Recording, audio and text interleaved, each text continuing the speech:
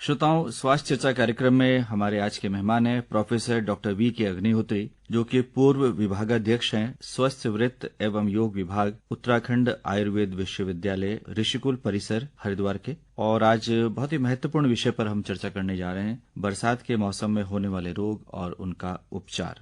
Doctor VK. Agnihotri, बहुत बहुत स्वागत है आपका आज के इस कार्यक्रम में। Doctor VK. अग्निहोत्री, बरसात का मौसम प्रारंभ हो चुका है और मानसून ने दस्तक दे दी है। इस मौसम का बड़ी बेसब्री से लोग इंतजार करते हैं और एक बहुत ही खूबसूरत मौसम होता है। इसका आनंद हर व्यक्ति उठाना चाहता है, लेकिन इसके साथ कुछ दिक्कतें भी आती हैं, कुछ परेशानियां भी आती हैं स्वास्थ्य संबंधी। तो पहले तो हमें बताएं कि आयुर्वेद की दृष्टि से ये जो बरसात का मौसम है ये कैसा है, इसको किस रूप में वर्णित किया गया है? बहुत बढ़िया बात आपने बताई। हमारा देश विश्व के कुछ उन चुने हुए देशों में है जहाँ हम ऋतुओं के धनी हैं। पूरे विश्व में 6 ऋतुएं नहीं होती हैं। ये हमारा भारतवर्ष है, यहाँ पर 6 ऋतुएं हुआ करती हैं और एक ऋतु के आने के बाद हमें दूसरी ऋतु के आने का हमेशा इंतजार रहता है। ऋतुएं अपने साथ अपनी अच्छाइयां लेके आती हैं और कुछ न कुछ उनके साथ में कमियां या शॉर्टकमिंग्स भी आ जाते हैं। माना जाता है कि वर्षा ऋतु वो ऋतु है जहाँ प्रकृति अपना श्रृंगार करती है और हम लोग उस पर इसलिए निर्भर करते हैं कि हमें जो ऑक्सीजन है वो पेड़ पौधों से ही मिलती है। पृथ्वी भी, मनुष्य भी, हमारे पशु भी, सभी लोग जल के लिए इंतजार करते हैं ग्रीष्म ऋतु के बाद। तो वर्षा ऋतु के आगमन का हर कोई प्राणी मात्र इसका स्वागत करता है। आयुर्वेद में जहाँ हमने ये माना कि ग्रीष्म, वर्षा, शरद, हेमंत, बसंत और ऐसे ऋतुएं गिनाई गई हैं, शीत। अब बात करते हैं कि इस मौसम में आम तौर पर जो स्वास्थ्य है वो किस तरह का रहता है? क्या भूख अच्छी लगती है, व्यक्ति प्रफुल्लित महसूस करता है? ग्रीष्म ऋतु के बाद वर्षा ऋतु आती है तो ग्रीष्म ऋतु में हम लोगों का हीन बल रहता है, यानी हमारे शरीर की कार्य क्षमता कम रहती है और हमारे शरीर में भोजन के पचाने की क्षमता भी कम होती है। प्यास अधिक लगती है और खाद्य पदार्थ जिनमें की प्रोटीन, फैट और कार्बोहाइड्रेट है उनको पचाने की क्षमता कम होती है। ऑन अदर हैंड इसी चीज में जब तेज बारिशें होती हैं तो भी वो एक मंदाग्नि का कारण बन जाती है, क्योंकि जब बारिश पृथ्वी पर आ जाती है तो शरीर के अंदर भी वही जलीय अंश की वृद्धि की फीलिंग आ जाती है। जब तेज टेम्परेचर होता है तो जाठराग्नि बढ़ती है। तो दोनों स्थितियों में रहता ये है कि हमें शीत ऋतु वाली तो भूख नहीं रहती है, यहाँ भूख दबी रहती है। इतना अवश्य है, जिस दिन बारिश होती है उस दिन भूख कम होती है, जिस दिन खूब खुल के सूरज चमकते होते हैं उस समय भूख और प्यास दोनों लगती हैं। तो हमारे यहाँ बांटा गया है आदान काल और विसर्ग काल के रूप में। तो आदान कहते हैं पृथ्वी से लेना। सूर्य जो है पृथ्वी से, मनुष्य से, पेड़ पौधों से सबसे जल खींचता है, वो गर्मी की ऋतु है। विसर्ग माने छोड़ना। विसर्ग ऋतु में आसमान से बादलों के द्वारा जल मिलता है तो वो पूरे शरीर को, नदी, नाले, तालाब सब भर जाते हैं। आयुर्वेद में इसको ऋतुओं का बहुत ही अच्छा वर्णन किया है। ये माना गया है कि संवत्सर यानी 1 वर्ष जिसमें कालखंड होता है, वहां से चलते हुए 2-2 महीनों की 6 ऋतुएं गिनाई हैं और उसके क्रम में वर्षा ऋतु में हमारी शारीरिक क्षमता भी कम रहती है और भूख भी कम रहती है। इसका मतलब है ना, कहीं ना कहीं हमारा स्वास्थ्य इस ऋतु में प्रभावित होता है। आमतौर पर वो कौन से रोग हैं जो इस मौसम में पनपते हैं? वो कौन सी व्याधियां हैं जिनसे एक आम मनुष्य ग्रसित रहता है? देखिए, इसमें 2 बातें विशेष रूप से हो जाएंगी। एक तो गर्मी की ऋतु में होने वाले जो रोग थे उनसे थोड़ा निजात मिलती है कि चलिए भाई अब हमें उतना लू नहीं लगेगी, हमको हीट स्ट्रोक वगैरह नहीं होगा, लोगों को काम से बाहर तो जाना ही पड़ता है। और अब तो स्थिति हो गई कि AC room, AC car, AC office, इस बीच जो ट्रांजिशन होता है 2-4 कदम का 10 कदम का है, उतने में ही कोल्ड एक्सपोजर होता है, जुकाम आने लगता है, छींक आने लगती है, अथवा गर्मी बाहर लगी तो कोई कोल्ड ड्रिंक ले लिया। तो गर्मियों की ऋतु में होने वाला प्रतिशिया या जुकाम या कॉमन कोल्ड ज्यादा खतरनाक होता है जाड़ों की बनस्पति में। तो हमें मौसम का सपोर्ट मिल जाता है, औषधियां भी खाने की क्षमता रहती है। अब आती बात बरसात ऋतु में। तो गर्मी की ऋतु में छोटे मोटे कीड़े पतंगे कम रहते हैं क्योंकि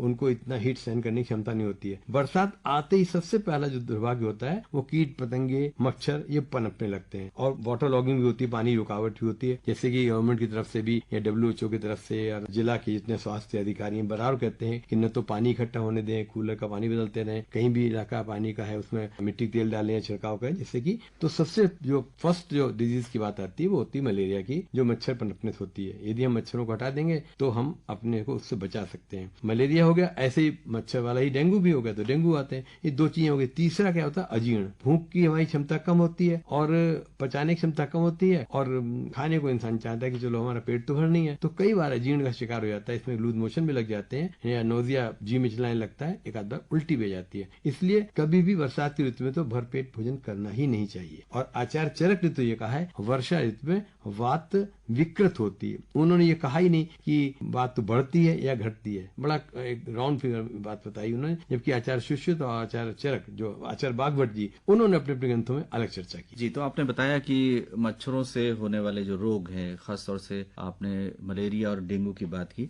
और ये जो दो रोग हैं इसमें काफी लोग मृत्यु को भी प्राप्त होते हैं। डेंगू जिसमें प्लेटलेट्स हमारी कम हो जाती हैं, और मलेरिया अपने आप में ऐसा बुखार है जो तोड़ के रख देता है शरीर को। एक तो आपने बताया कि हम पूरी तरह से मच्छरों से दूर रहें, उसके लिए क्या किया जा सकता है? आपने कहा वाटर लॉगिंग है, तो एक तो पानी को हम जमा ना होने दें, इसके अलावा क्या सलाह है आपकी? देखिए, सबसे पहली चीज होती है कि जो युवा व्यक्ति है वो तो अपना मैनेजमेंट कर लेता, हमारा ध्यान जाना चाहिए बच्चों के लिए और वृद्धों के लिए। बच्चे लोग जरा बारिश हुई बाहर खेलने निकल जाते हैं, भीग के आते हैं, पैरों से भी और कपड़े भी गीले हो जाते हैं, और उसी बीच में पानी जहाँ भी वो नहा के आ रहे हैं या खेल के आ रहे हैं, अक्सर बच्चे गाँव में तालाबों में घूमने लगते हैं, तो बाहर से इन्फेक्शन चांस ज्यादा रहता है। वर्षा ऋतु वो ऋतु है जिसमें वायु और जल दोनों ही संक्रमित होते हैं, पॉल्यूट होते हैं या कंटेमिनेट होते हैं। इस कंटेमिनेशन द्वारा जहाँ एक तरफ ने मच्छर से बचाव की बात, मलेरिया से बचाव की बात पूछी है, वहीं हम ये भी बताना चाहेंगे कि हमें जो डाइजेस्टिव सिस्टम संबंधी बीमारियां हैं वो भी बहुत ज्यादा प्रिवेल कर जाती हैं, बहुत ज्यादा बढ़ जाती हैं। तो मच्छरों के बचाव के लिए निश्चित रूप से बच्चों को पूरी आस्तीन का कपड़ा पहनाएं, और हल्का सा सरसों तेल जो कि घर में सभी जगह उपलब्ध होता है, उसके हल्के हाथ से मालिश शाम को 4-5 बजे जरूर कर दें, फिर कपड़े पहना दें, क्योंकि ये बच्चे 6 बजे करीब जैसे ही सामान्य प्रकाश कम होता है, सूर्य जब सेट होने को होता है, सूर्यास्त होने को होता है, तब एकदम से आते हैं। और अपने घरों में जालीदार दरवाजे रखें, और जालीदार दरवाजे भी बंद करके रखें। लगे भी ये खुले हैं तो मच्छर आगे वो रात भर परेशान करते हैं। बाकी जितनी भी चीजें जो हम मॉस्किटो रिपेलिएंट के तौर पर कहते हैं वो हो गया, या दूसरी हम जो उसको भगाने के लिए धुएं वाली बत्तियां होती हैं, लेकिन उससे सबसे बेहतर विकल्प तो मच्छरदानी है। मच्छरदानी सबसे अच्छा विकल्प कि आप अंदर देख लिए कोई मच्छर तो नहीं है, फिर आप आराम से निश्चिंत होकर नींद ले सकते हैं। आपने कहा कि पाचन संबंधी रोग भी हो सकते हैं। अब हम बात करते हैं टाइफाइड। ये बहुत ही कॉमन है बरसात के रोग में। थोड़ा बताएं कि कारण क्या है और किस तरह से ये रोग आगे बढ़ता है और क्या निदान बताएंगे? बहुत ही बढ़िया आपने पूछा, बिल्कुल सही सी बात। ये भी वाटर कंटेमिनेशन के अंतर्गत, वाटर बॉर्न डिजीज के अंतर्गत आता है, जो इसके हमारे बैसिलस टाइफस के जो बैक्टीरिया है ये पानी में बहते हुए आ सकते हैं। कोई टाइफाइड का मरीज बाई द वे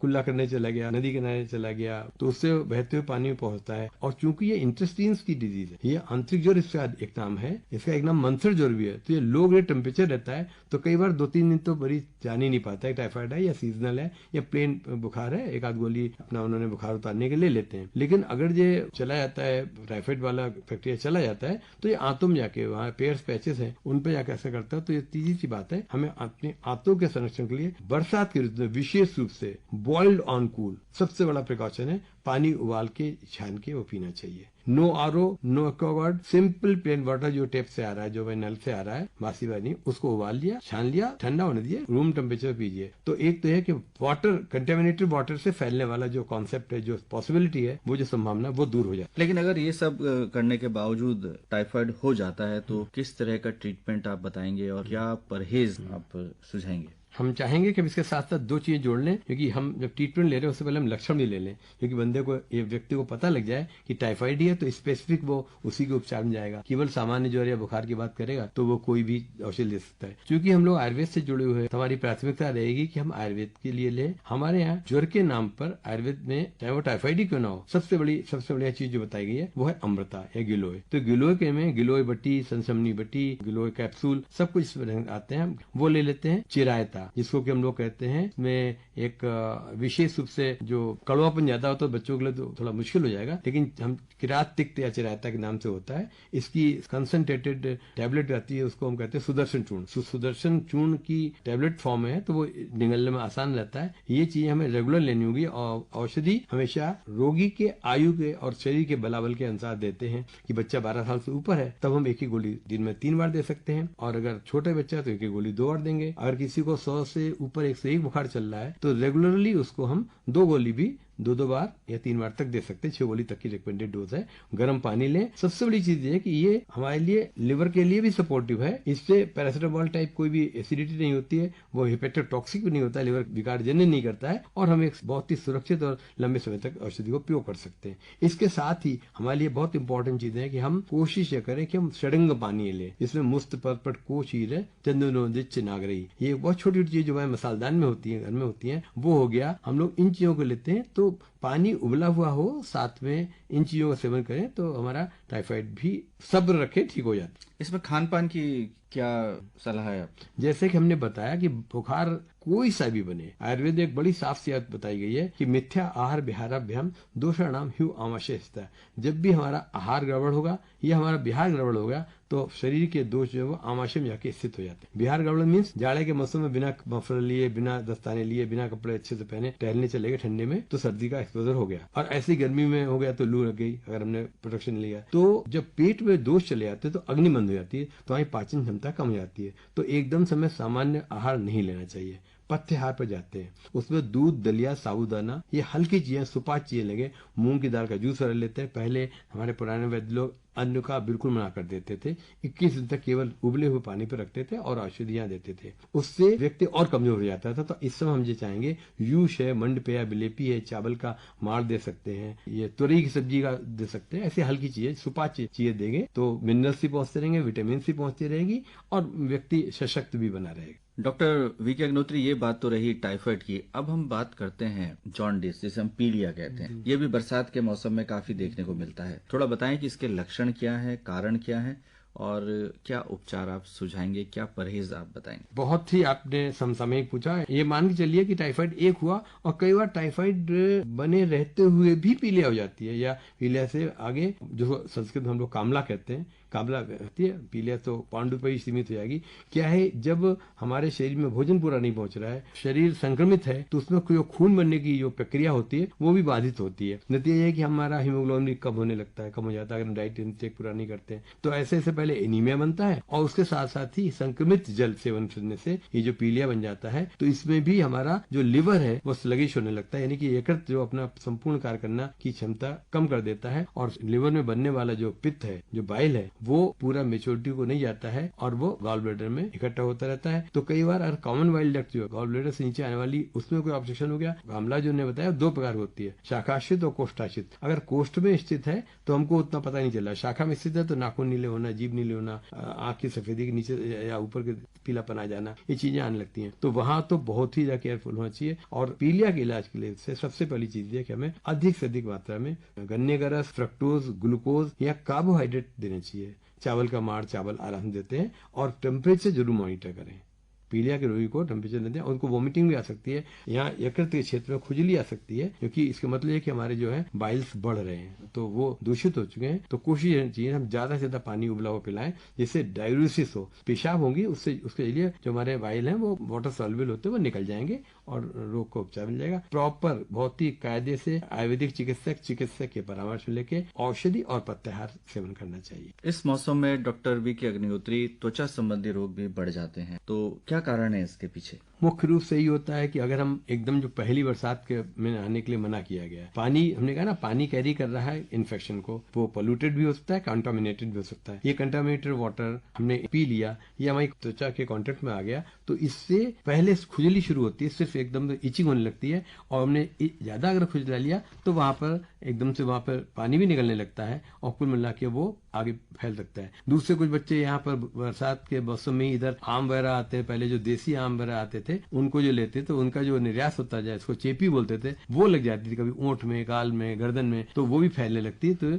इसकी डिजीज होते हैं। उसके लिए ये कि तो किसी न किसी रूप में हम नीम की पत्ती डाल के पानी उबाल लें, उससे स्नान करें। हमें अपना हाइजीन, हमें अपनी जो स्वच्छता का विशेष रूप से ध्यान रखना चाहिए, पीने के मामले में, खाने के मामले में, वातावरण के मामले में। वायु दूषित हो जाती है ऐसे मौसम में, जल दूषित हो जाता है, तो प्रिकॉशन सावधानी यही है कि इसका हम जरूर बचाव करें, तभी हम वर्षा ऋतु होने वाले रोगों से अपनी सुरक्षा कर पाएंगे। अंत में डॉक्टर वी.के. अग्निहोत्री हमारे श्रोताओं को बताएं कि भीगने से क्या परेशानी हो सकती है। आमतौर पर जब बरसात में व्यक्ति निकलता है और वो कोशिश करता है, तमाम इंतजाम वो करता है, चाहे वो छाता लेके जाए या वो गाड़ी से ही जा रहा है, 4 व्हीलर से, तो कहीं वो सुरक्षित है। लेकिन जैसे 2 व्हीलर में जा रहा है तो बरसाती वो पहन लेगा, रेनकोट लेगा, लेकिन उसके बावजूद भी यदि वो भीग जाता है तो क्या करना चाहिए? बिल्कुल सही बात है।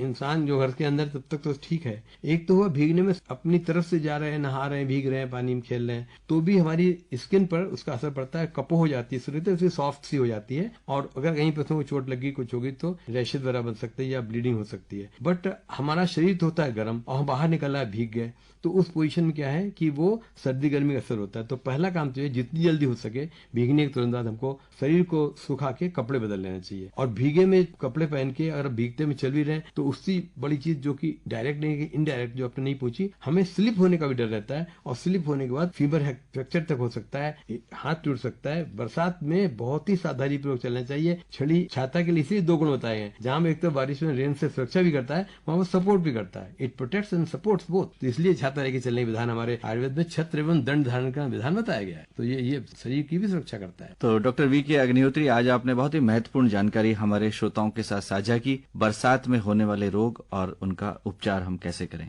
आकाशवाणी स्टूडियोज में आने पर आपका बहुत बहुत आभार, बहुत बहुत धन्यवाद।